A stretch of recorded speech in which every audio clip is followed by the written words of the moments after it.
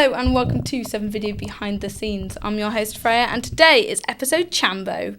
We're going with Chambo, Mark Chamberlain. Yeah, Adam Mark Chamberlain. But yeah, I missed out the Adam there. Anyway. Chambo Mark Chamberlain. We'll just go with that. I feel like internally and clients, everybody just calls you Chambo. Everyone knows you Chambo. Yeah. So we'll go with Chambo. Feels most natural. I don't want to start calling you by your government name. No, yeah. Well, yeah, you could say government. I feel like a spy by saying it like that. Government name. Yeah, maybe legally. I don't know. It feels morally wrong. It doesn't feel right. You're Chambo. So, Chambo, not Adam. How long have you been part of Team 7 Video now then? A while.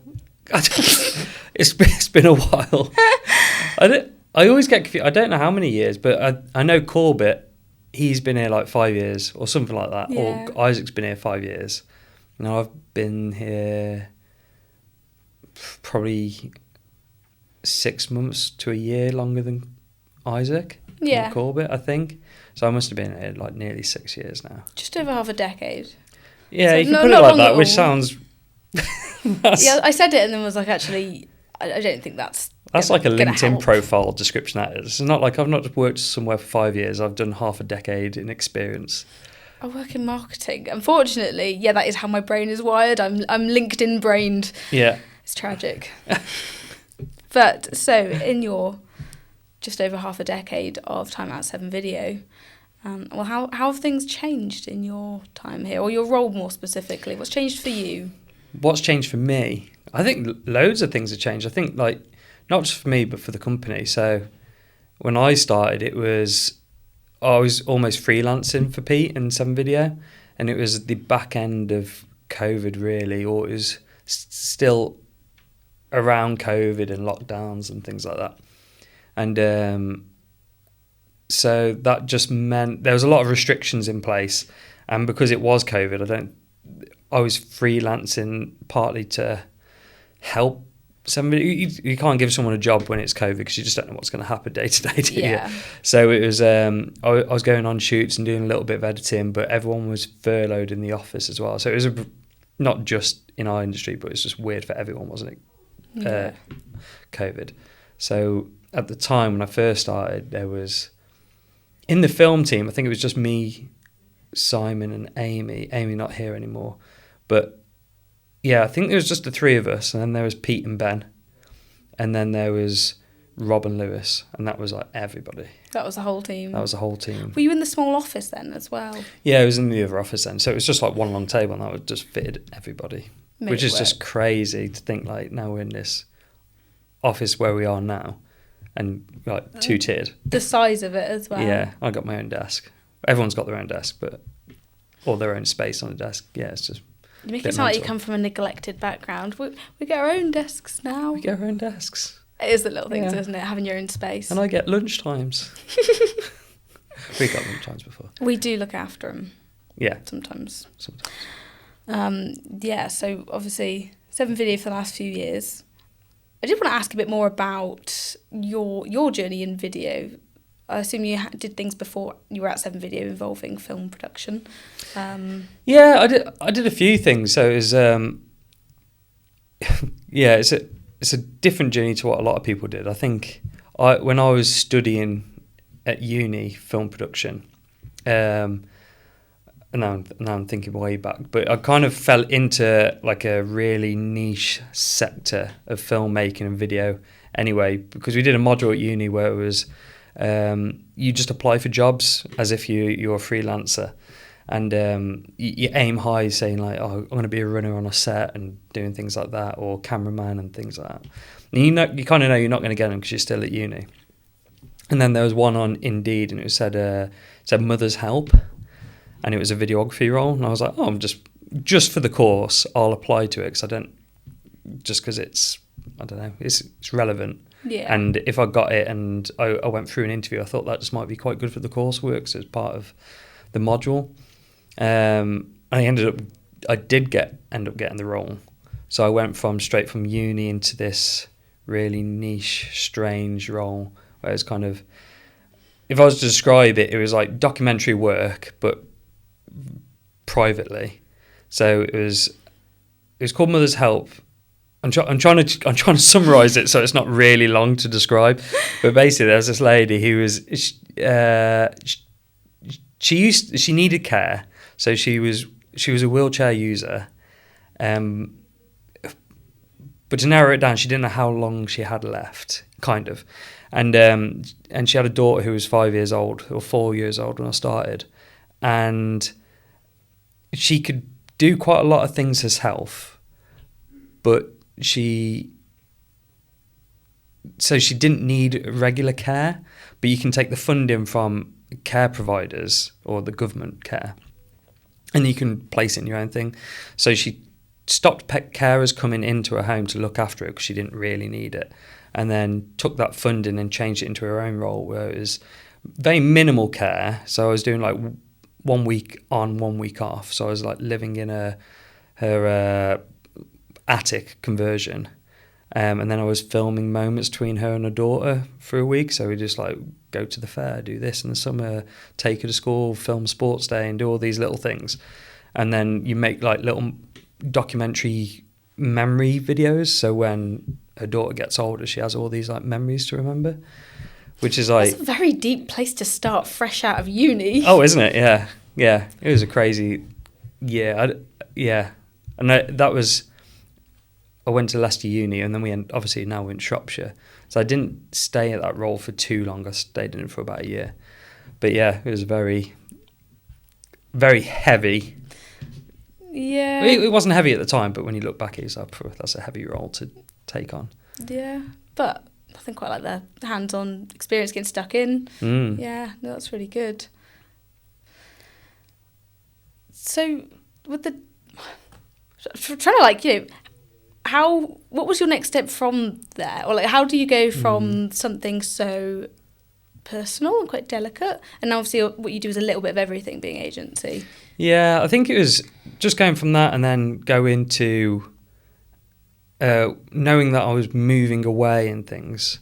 Well, back home, because I'm from Shropshire, and then living in Leicester, and then going, oh, what's next options? So then you look at freelance, and that is...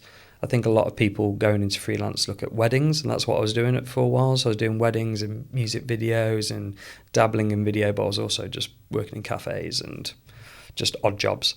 And then if I was to skip past it really quickly, then I started working in a school, and that was a video broadcasting in a school. So I'd film like a 10-minute news video every week of teachers saying, don't run in the hallways, stop putting chewing gum on school tables, and then filming like the sports days and like the football tournaments and things like that, and putting it into like a news video.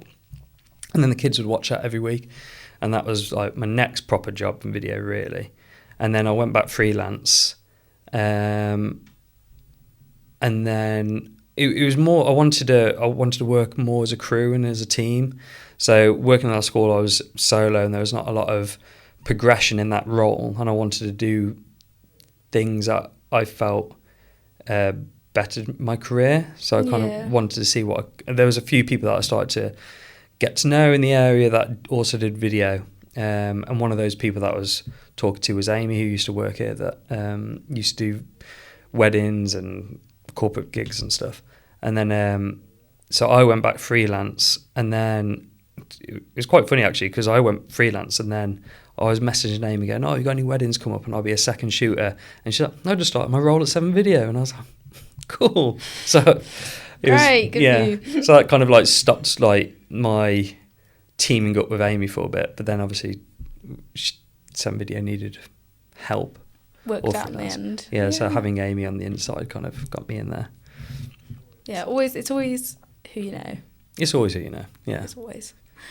But yeah, so quite the journey. And also I really love, I know you said it's not like kind of a typical route, but I think it is more typical than people think. You don't walk out of uni into your dream job, so I think it's good to hear the real stories and what it actually looks like when you finish your degree and you're like, well, now what?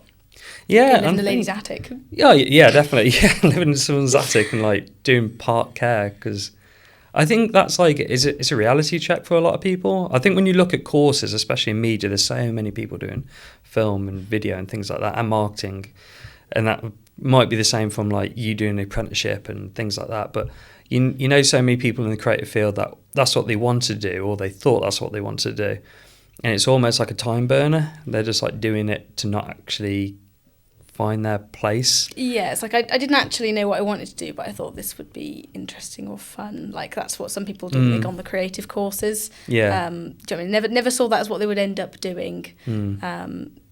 But people go, you know, video's fun. Yeah, That'll do. I met people on the course that are like now mechanics, and they did quite well in the course, but it's just like, yeah, it's like a stopgap, isn't it, a little bit? But I kind of knew that's. Some people just don't know what they want to do at uni, but don't want to get into the real world yet. Yeah, I think like it's always said, isn't it? People go to uni to have fun. Luckily, I went late, so I didn't go to uni straight after college. I was like, I don't know what I want to do. I don't know if I wanted to go to uni, but then by the time I decided to go to uni, I knew that was what I kind of wanted to do. So when I finished or went to uni, I was like, right, I'm going to make it work, whatever that looks like. So what I think is like a realistic choice for a lot of people that do video is like, what is corporate video? Because it wasn't really told to us. It was a little bit, but not like, it wasn't really an option. Everyone to go on to big crews and work on feature films and things. I kind of looked at media studies and stuff when I was at college, and but like as a college qualification, and to me I felt that it all implied that you were going to have to go work in London and work on a big film set. You know, I didn't kind of anticipate that there was the option for the kind of, you know, corporate stuff or maybe the more local stuff. It seems to kind of be the idea of you're like a freelance wedding videographer, or you're working on a massive film in London. And I was just like, you know, is that realistic? Would I want to be stuck, like living in, like not stuck, but like not have the option to? If the only place I'd do my degree and it's useful would be in London, then what? So I don't know. I guess kind of similarly, corporate stuff was just not really something I'd considered. No, I think it's definitely like you get like different options of video. I think, and you get certain set of people want to do YouTube. And a lot of like you might get people that want to do YouTube and become their own thing, and you just get people that want to work with brands, and I just want to do brand videos and product videos, and then that's kind of corporate in a way, but it's a very small niche of corporate. It's just like branded things. So many different directions. Yeah, so many different directions, and I think when you start working in video and you start realizing that it's people that do well, or people niche into what they're doing in video. So you can get like food videography, or like branded videography, or documentary work, or some kind of promos, or now social media is like massive for video, and content strategy in video. But then you've also got people want to make short films and indie films, and then feature films, and want to work in Hollywood on big crews and things like that. And TV is a different option. It is actually very separate from feature films. Yeah. And I think unless you're really clued on, I think people just go in and just be like, I'll be able to do all of those things. Yeah, they're so different. They require different styles, editing techniques and things like that. And even just like the network of people you know, as we said, who you know, not what you know. I know lots of people in corporate kind of style of things, but I couldn't tell you that many people who work in film, like, you know, as I said, like the big making movies and things like that. But you said you had a gap. Are you glad that you had that gap to make that decision before you went to uni? Yeah, I think so. I think everyone finds their way. I've never been someone that's really hung up on things like that. So I'm always, I was you just find your way, don't you? Yeah. I'm probably like a little bit older than, I don't know. I'm trying to think of like, not what I should have been, but I think like from what your parents were like, you should have went and done it when you were 18. But no, my college really pushed me to try to go to uni at 18, whereas I was like, I'm not 100% sure what I want to do, and I feel like uni's hard, and if it's going to be hard, you've got to want it. And because I didn't know what I wanted, I was like, now's not the time, so I'll take some time out and have a think, see what kind of presents itself to me, see if I kind of find a direction, and you know, and then I did my apprenticeship in the end, and you know, I felt things really worked out. But I think I am the kind of person that would have, I'm a big believer in the world has a funny way of working out. But if I'd have gone to uni at 18, I'd have done paramedic science, and I think I'd have hated it. You think so? I think I'd have hated it. Yeah, I love aircon and being creative and sitting down and Yeah. the little things in life. Yeah. So what made you go to the apprenticeship? What was that journey? Had a go. Okay. I was doing the social media for a bakery. I'm going to say it, I'm going to name them. We're not going to get sued. I don't think it works like that. I did the socials at Planet Donut, and my boss said to me, "You're the teenager, you do it." And I was like, "Pay me to make TikToks, hell yeah." This is a job, great. And then I had to go and did quite well, really enjoyed it. And then one of the drivers gave me a pep talk, and he was like, "Oh, you know, this is marketing, you know, go have a look." So then I started looking for apprenticeship and stuff, and yeah, then from there. But I think for me, university wouldn't have been the wrong choice, but going at 18 would have been the wrong choice, because I'd have chosen because I had to choose, not because it was something I wanted to do. Yeah, definitely, yeah. But yeah, no, it worked out, but I'm glad I waited, because I don't think I would have, I don't know, I think I'd have, you know, even if I'd looked at the courses and had a scroll through, I don't think marketing would have been something that caught my eye, but I think everything just fell into place. But I think that's how it often happens. Also with even doing your degree and stuff, and everyone thinking they're going to go into this area, that area. Sometimes you start doing some work, you turn up, you do some things, and then you find yourself in a place that you quite like. Yeah, I think like I was similar in a way, because I did a HND, if you know what HND is.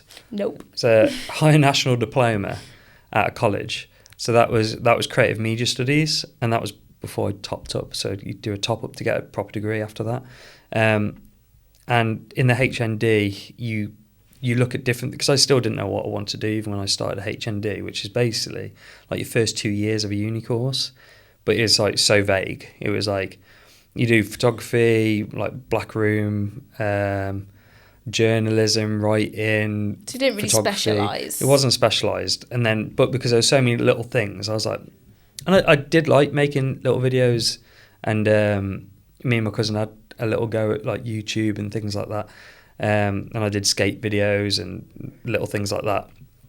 You did a kickflip?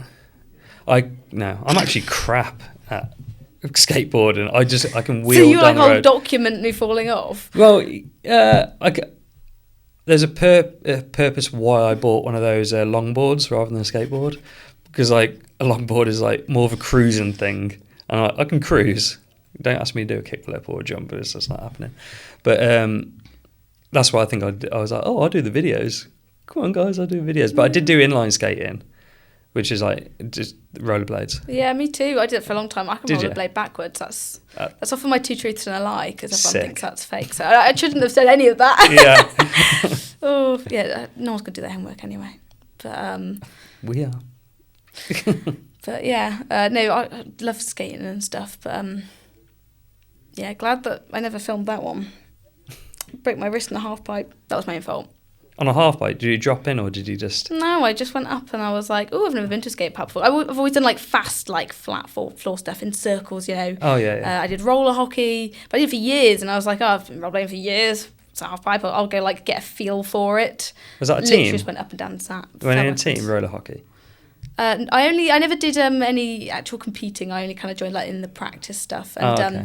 There were no other girls doing roller hockey, and like, I stopped growing when I was 12, so I was like 5 foot nothing, and there was nothing to me, and I was with all of these big teenage boys who were all older than me as well, and they were great and they were really nice. But I maybe felt I didn't have the physique for it. I felt like a ballerina trying to play rugby. That was what I felt like. There's advantages. You like slip through people's legs and... Yeah, I think I've got the lack of self-preservation that probably helps a bit when you're doing like sports like that. Like I had the willing, I wanted to, but there was actually a physical barrier that was just like...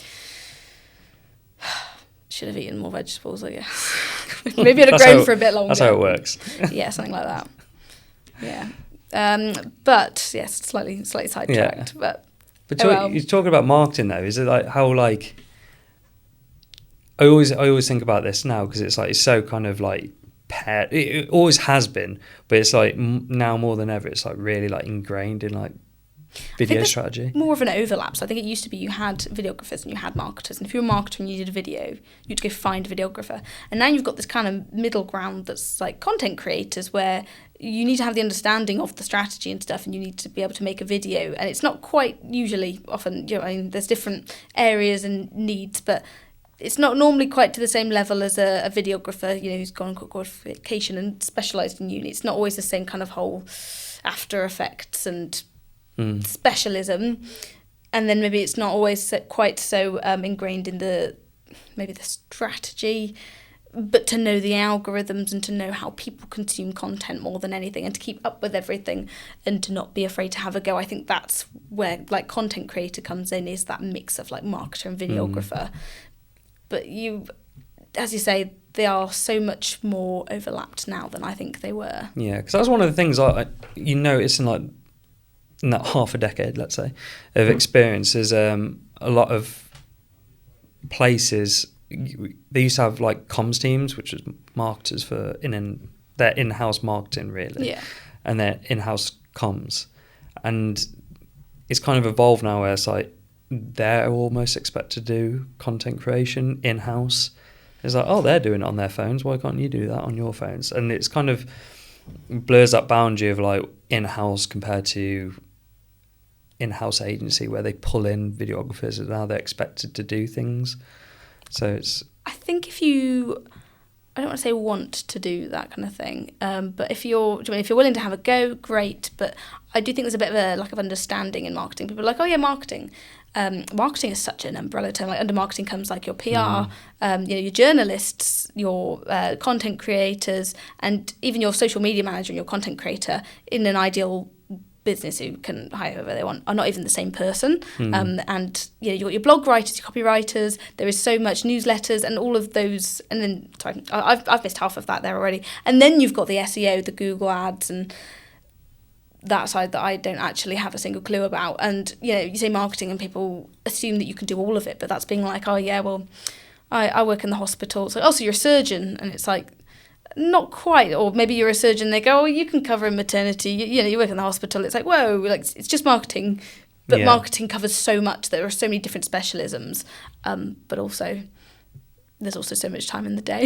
Yeah, exactly. Yeah, and I think that's similar with videography. I think it's like even like content creators where they have to know the algorithms and what's trending and stuff like that. And I think sometimes you work with companies, it's just like, oh, you can just pull that out your head concept. You have to be really on the ball to know what is trending and what is the strategy, because it changes and the algorithms change. Yeah, so everything changes. So that's it. It's not even just about what you know. And don't get me wrong, I think a qualification and stuff, I don't want to discredit it, but a qualification is useful in lots of areas of marketing, and obviously it proves a lot. But in some things, particularly in that content creation, I've met people with no qualifications who have absolutely smashed it. They just get it, they have the mindset for it, and you can learn that, but it's hard to teach that. I mean, you can't pick up being a natural YouTuber from a course in a college, because what people want changes, how the algorithm perceives it changes, how they recommend things changes, where your audience comes from changes, what they want changes. And by the time you've put that into, a lesson plan, and you've planned that for the year of what you're going to do in your social media course, it's all changed. So, to learn to stay up to date, I think, is the most important thing, and to have that kind of intuition to have a go and try different things. Those are the things that I think it's good to find someone who has. And, you can learn anything you really want to, but it's hard to learn to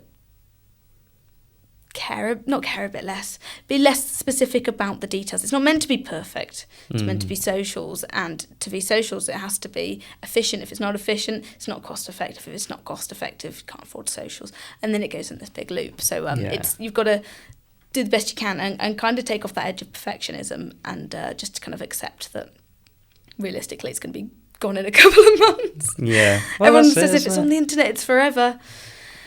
Yeah, I wish people would read the content and watch the content I put out forever, because I work really hard on that, actually. I know, it does go so quick. It's like, I think it's at the moment, it's like, I was just reading something the other day and it was like 21 seconds or 31 seconds, which is like ideal social length at the moment. And it's like, I'm trying to think what it was, like the engagement of like 40%. If someone watches 40% of your Instagram reel, that's good. Is what Instagram's saying at the moment. It's like, that's pretty good.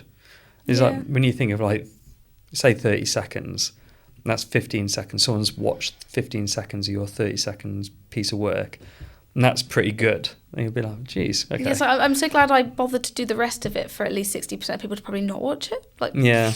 But yeah, no, and that's it. It depends, and it also depends on your audience and your platform and things. Like, I've met people who are like, oh, well, the algorithm, says... there was a point when everyone was talking about 15 to 30-second videos. It's also the algorithm says who? Show me your sources. I'll show you my sources. I have my sources. But everything I see that's like, oh, well, the algorithm says. If there's not a source, I'm not listening to you. But it depends. I think people will watch good content more than anything else. Like, the algorithm is there to serve the audience. So at the end of the day, we just think a little bit less about the audience, the algorithm, and more about the audience. The algorithm's great for measuring and seeing, but you look at it and you go, well, the algorithm likes it when your video's shorter, let's say, and maybe it's just because your video's shorter, you made it more to the point, so more people watched it to the end. So does the algorithm like it more, or do the people like it more when you make your actual point? I say on a ramble. I don't know what my point is, but it is all very subjective, and it depends what you're doing and what you're talking about. So the algorithm may be recommending something, or people going, well, this is generally good. Yeah. It might not be good for your organisation or whatever you're doing. Yeah, there's definitely like a difference between virality and like viewership, rather than like what's the problem you're trying to solve with your socials. Like if you wanted more sales, or if you wanted more people to click on your website and things like that. And it doesn't mean like if you put out a silly video and it gets shared like a million times, doesn't mean that's actually solving any of the problems that you're trying to achieve. So yeah, views and engagement stuff are great for measuring, your reach and stuff, and knowing what impact you're having. But the impact you're having on your audience isn't necessarily the impact you want that to have on your business. Yeah. So yeah, if it's not like kind of bringing people back or driving people around, people go, I want to go viral, I want this to go viral. But why? Like, do you want it to go viral, or like what do you actually want to solve? Do you want more people to know about you? Do you want them to feel like they know you and they're your mates, so they come to you when they want something? Or is it just vibes? Are we here for vibes? Are we here for view count? Is it all down to view count now? That's what we're down to, which is also low, because I was going to say, they say attention spans are shortening. YouTube says otherwise. Long form content is back. Yeah, it does. Yeah, I've seen the numbers, and I think like it does say that. No, it definitely does. I think like, because the thing that I was reading the other day, I know we're like rambling at the moment about like social media content, but it was just saying like everyone's here for the vibes. Yeah, and it was like, so you got that ideal mid length, which was like 21 seconds, 31 seconds. This thing said, and then it was like. And this is talking about like what is good algorithm, but it was like, say if you made like a minute long Instagram reel, what is perceived as good on Instagram at the moment? They said it's like 15% of that can be watched, and they said like, oh, that's pretty good. And obviously that's just where it might go on your view page if someone says that. But yeah, I've seen a lot of people just going like, oh, I missed that content, the long form YouTube content on LinkedIn, and people are just saying like that's what they're strategizing for now. It's just like the slower paced, not hooking every time you click on something, someone's crashing into a wall and then selling you something. It's like a little bit more like, oh, what's that old school vibe feel where it's like a nice watch instead of just like frying your brain. Yeah, that's it. I think when everyone talks about hooks, people automatically think entertainment. Like everyone's watching fun stuff. It's got to be that kind of fun, as you say, that dramatic, like smashed into a wall, you jump in, you do something silly to start. But at the end of the day, that's just a value, because we always talking about what value do you offer the viewer. What's their reason to watch it? If you're not giving them some information or some insights behind the scenes, some entertainment or something, then they've got no reason to watch it. So it doesn't matter how polished your video is. If there's no value, then nobody's going to watch it. But also, entertainment, I felt like, was almost blown up as the value. Like, it has to be funny. What you're doing has to be really entertaining. I want your team of lawyers dancing, or nobody's going to care about your Instagram. Well, actually, there are so many different ways you can give value that everyone just gets hung up on the funny stuff. But it is so much more than that. You don't have to lose your kind of, I don't want to say credibility. Funny is not at the cost of credibility. It's like but your brand tone, isn't it? Yeah, if it doesn't fit your brand, you don't have to sacrifice. That's it. If you don't have to sacrifice your brand tone and your personality to try and be funny for Instagram views, I think people are more selective now with their content. And I think as long as you're offering what you say you're offering and you're giving people something they want, it doesn't have to be jumping into a wall or falling off a skateboard. No, definitely not. Or a longboard. Yeah. I think we should probably move on because we've been talking about this for a long time. Yes. So actually my next question on my list is, do you have a favourite project? 'Cause I love asking this question. It's hard because it's like you said, it's nearly 6 years of working at 7video. I don't have a favourite, but go on. Tell us. Yeah, okay. Well, is it anything that's emergency services is really fun. That's what everybody says. Yeah. So I'm sure everyone's... Cause they're also some of the projects that we've worked as a big crew on. So everyone's going to say Millions Hour Ambulance. Everyone's going to say Shropshire Fire and Rescue. I think like if I was to give like a project that only I've done that I've enjoyed is obviously Africa, which isn't out yet. So it's the Emergency Services Aid Charity, and it was delivering, let's say, 21 vehicles, if I can remember correctly, with like a group of 60 of us, and they're all from like, they're all nurses or fire crew or policemen and policewomen. And we drove from Deptford in Worcester and took it all the way to Gambia, all driven a couple of ferries over as well. So from like Deptford to Portsmouth or Plymouth to Santander, Spain, all the way to Gibraltar, from Gibraltar to Morocco to all the way down the Western Sahara to, I'm trying to remember it in order, Mauritania, Senegal, and then Gambia, I think. But yeah, it was long. What was your role in this? Were you like documenting the delivery of the charity efforts? Yeah, so Pete knows one of the policemen, but he's also was the kind of like head of the charity for a little bit, or head of organising at least. And because he knows Pete, he was just like, I want to do this thing. Or they already done it once 2 years prior, and they want to do it again, but they want to do it a bit like more efficiently and just, I don't know. Yeah, and it's a massive effort from everyone involved as well. So to kind of, I would say document it, but when you're asking people for, their contributions and money and things and sponsorship and everything else, to be able to kind of show where that's going is quite a nice thing to be able to kind of give back. And then that also means that people are more likely to, if you can see where your money's going, it's like, well, I think that looks like a great use of supporting people. So, do you know what I mean? I think it does help in the kind of continuity when you kind of go around and go, we're doing this again. It was amazing last time. Yeah. We'd like your help again. Yeah. No, that's basically what it is. You probably hit the nail on the head there. It was kind of like a showcase of what they have achieved if anyone wanted to do it. And that was quite early on, where I was filming a little bit of the interviews with people, and they said they wanted this trip to be almost the blueprint. The first one went well. They got there and they delivered vehicles, but they thought they could have done it even better, and then this next one would have been the blueprint of like, right, this is how it goes when it goes perfectly. And I think I probably made the mistake by saying very early on, well, it's not going to be a very good documentary if there isn't drama. And it was like, there's not going to be any drama, it's going to go smooth, and it wasn't smooth. So I think I like jinxed the trip. It didn't go badly, but I think there was definitely struggles, and people struggled, and it once finished.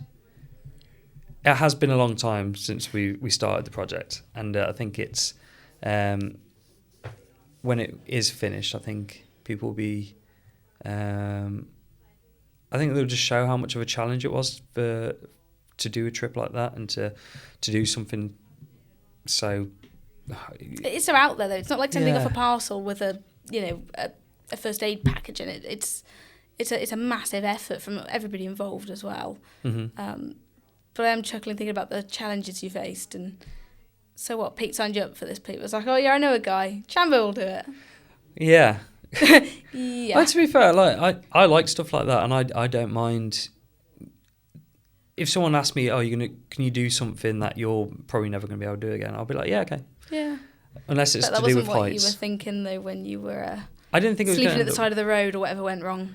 Yeah, so it was.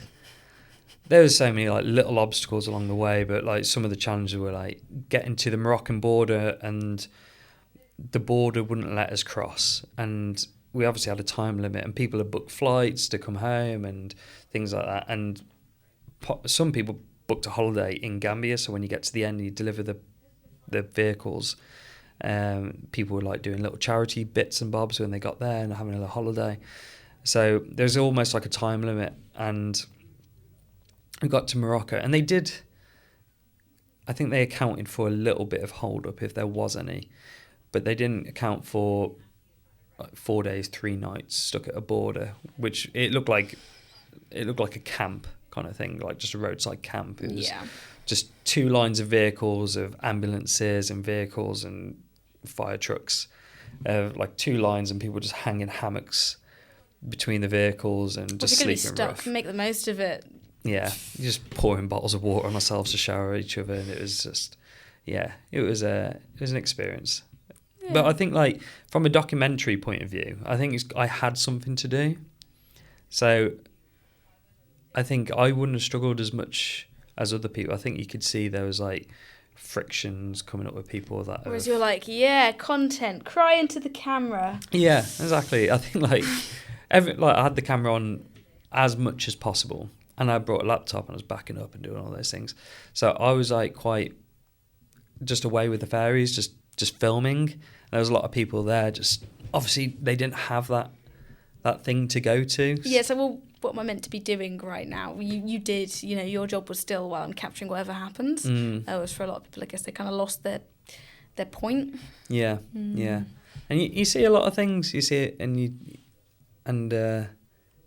do see a lot of things. It was like I not long, I know people are probably going to judge me for this, but I not long had like children before I went to Africa, and then obviously I was away for like nearly 3 weeks.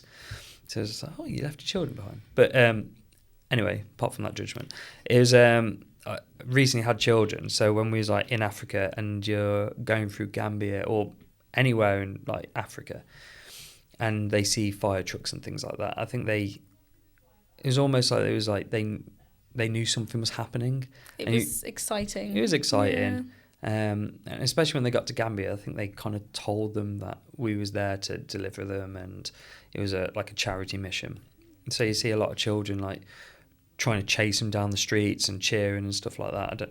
But you kind of look at these children and you see that they don't have as much, and they're not as privileged to have the things that I have. Yeah. But yeah, I remember coming back and every time I thought about it, I would cry. Which is crazy. We did like a little showcase, and I put like a tiny little video up, and they asked me the question here in the office, and I was just like, oh, what do you remember? And I was just saying, and then I just like cried, and that was like 2 weeks after I got back, and I was still like, every time I thought about it, I'd cry. So it was like, I can remember seeing, like, they look like, children look like children, don't they? Yeah. So it's just like, and it makes you think, that's a child. I've got a child at home. Yeah. And I don't know. I feel like when you become a parent, you do have that kind of, you'll have that paternal instinct for the children. You think that could be my son. That could be my child. Oh yeah, definitely. So yeah, I think you do kind of carry a bit of them, and almost like project it onto the children. You want that protection for all of them and those opportunities for all of them. So it does make sense. Yeah, and it is like, it is mental that like the world is so vastly different. But bringing it back to video. It is like one of the reasons why I love doing what I do, because it's like the variety of what I get to experience. Do you want to record a podcast or go to Africa? Depends what day of the week it is. Exactly, yeah. What's happening, where and when. And I like travelling all across the country all the time and doing different things. I don't get to go to Africa every other week, but I did get to go, which is pretty cool. So, and it's going to be one of those things that will stay with me. Yeah, you'll never forget that. Yeah. Yeah. But to talk about a project that I have finished, which would be like Shropshire Fire and Rescue, and they're all like, I'm sure people have probably spoke about it on the podcast, but as a whole crew, it's always just I guess special to work with like the whole team. I think like in corporate and 7video, sometimes you team up as like 2, maybe go solo and do like just going out by yourself and film stuff and interviewing. You can do it all by yourself. So when the project comes in, it's like, I might need like a crew of 5 on this, and you might need a director and might need a runner, and you get all the bits of kit out that you need for it, and maybe rent something. I think that's when it's like, oh, this is a bit special. Yeah, it's quite exciting to have it run together.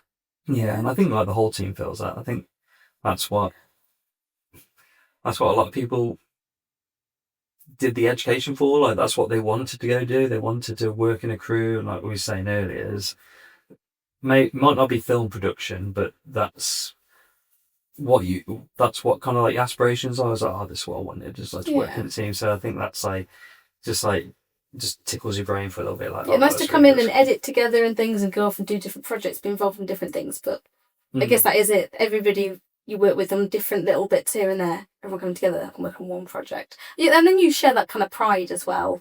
Yeah. When it's done in that delivery, it's not like, oh yeah, I edited it. It's like, oh look, we all did this. Yeah, exactly. Yeah. So especially like to talk about it, like just a little bit. If no one had, it's just like some of the Shop to Find rescue ones is just where we've really pushed the boat out as well, because they are big projects, but they've been a really good client as well. They've really let us be creative with what we can do.